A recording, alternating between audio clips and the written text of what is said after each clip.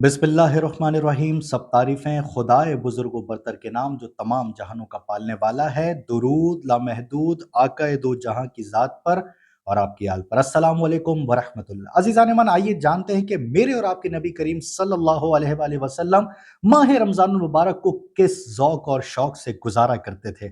आपकी तैयारियां क्या होती थी, आपके सहर व अफ्तार कैसे होते थे और आपके दिन और रात कैसे गुजरते थे। सबसे पहले बात करते हैं रमज़ान मुबारक की तैयारियों की। अबू दाऊद शरीफ में रिवायत है, हज़रत आयशा सिद्दीक़ा रज़ियल्लाहु तआला अन्हा फरमाती हैं कि अल्लाह के रसूल शाबान के महीने में दिनों को गिनने का जितना एहतमाम किया करते थे, उतना किसी दूसरे महीने में नहीं करते थे। तिरमिज़ी में रिवायत है कि रमज़ान के चांद की रोयत में कुछ गैर यकीनीपन ना हो जाए, इसलिए शाबान के चांद में बड़ी कोशिशें करते थे और लोगों में भी ये ऐलान कर देते थे कि रमज़ान की खातिर शाबान के चांद की खूब छानबीन कर ली जाए।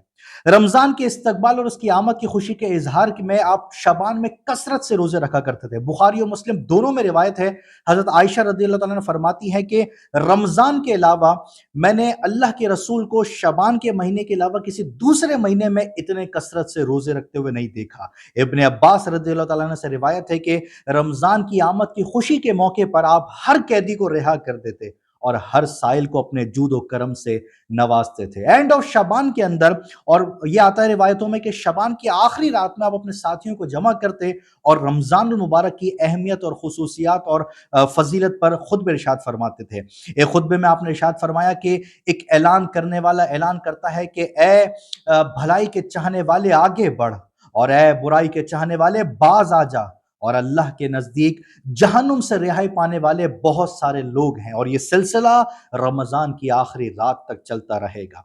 अजीजान ईमान, हुजूर अलैहिस्सलाम की रमजानुल मुबारक से मोहब्बत का आप अंदाजा इससे लगा लें कि अबू दाऊद शरीफ में रिवायत है कि दूसरे महीनों के लिए चांद के ऐलान के लिए दो अफराद की गवाही जरूरी है, लेकिन रमजान को यह खुसूसियत है कि एक ही अफराद की गवाही पर चांद का ऐलान कर दिया जाता है और दूसरे दिन रोजे रखने का हुक्म दे दिया जाता। अब बात कर लेते हैं नबी करीम सल्लल्लाहु अलैहि वसल्लम के सहर व अफ्तार की।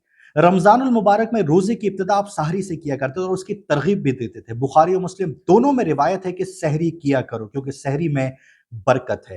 हाकिम में रिवायत है कि सहरी के खाने के जरिए दिन के रोजे में ताकत हासिल कर लो। आपका इरशाद मुबारक है कि अल्लाह ताला और उसके फरिश्ते सहरी करने वालों पर रहमत भेजते हैं। अबू दाऊद शरीफ में मिलता है कि सहरी के खाने को आपने बरकत वाला खाना करार दिया और खजूर को सहर के लिए बेहतर समझा। आप खुद भी आमतौर पर खजूर और पानी पर ही इक्तफा किए करते थे। मसनद अहमद में रिवायत है कि आप तन्हा सहरी करने के बजाय अपने साथियों को भी उस खाने में शामिल फरमा लेते थे। अज़ीज़ान ईमान, अल्लाह के रसूल सल्लल्लाहु अलैहि वसल्लम अफ्तार का बड़ा एहतमाम किया करते थे और उसकी तरगीब भी देते थे।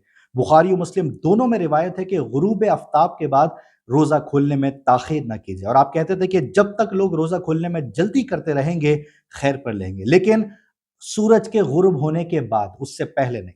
बहरहाल, आप अफ्तार में खजूर को बहुत पसंद फरमाया करते थे और कहते थे कि इसमें बरकत होती है और अगर खजूर ना हो तो फिर आप पानी पर ही इक्तफा किया करते थे, इसलिए कि पानी में ये पाकिज़गी का जरिया है।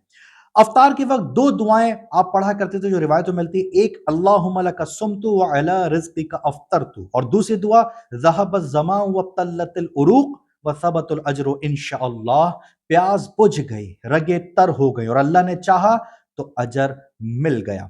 जब कभी आप किसी के यहाँ अफ्तार किया करते थे तो उस वक्त ये दुआ पढ़ते थे जिसका तर्जुमा है कि तुम्हारे यहाँ रोजेदार अफ्तार किया करें, नेक लोग तुम्हारे यहाँ खाना खाएं और फरिश्तों का तुम पर नुज़ूल हो। अब जिक्र कर लेते हैं नबी अलैहिस्सलाम के शब रोज़ का। अज़ीज़ान मन, रमज़ान के महीने में और दिनों के मुकाबले में आपकी इबादत बहुत ज़्यादा बढ़ जाया करती थी। तिलावत कुरान, ज़िक्र व अस्कार और सदका व खैरात में आप खूब बढ़ चढ़ कर हिस्सा लिया करते थे और सबसे ख़ास बात ये होती थी कि आप जिब्राइल अलैहिस्सलाम के साथ दौरा कुरान भी किया करते थे। इब्ने अब्बास रज़ियल्लाहु ताला रिवायत करते हैं कि आप सल्लल्लाहु अलैहि वसल्लम खैर के मामले में सबसे बढ़े हुए थे और रमज़ान के महीने में आपकी सखावत और भी बढ़ जाती थी।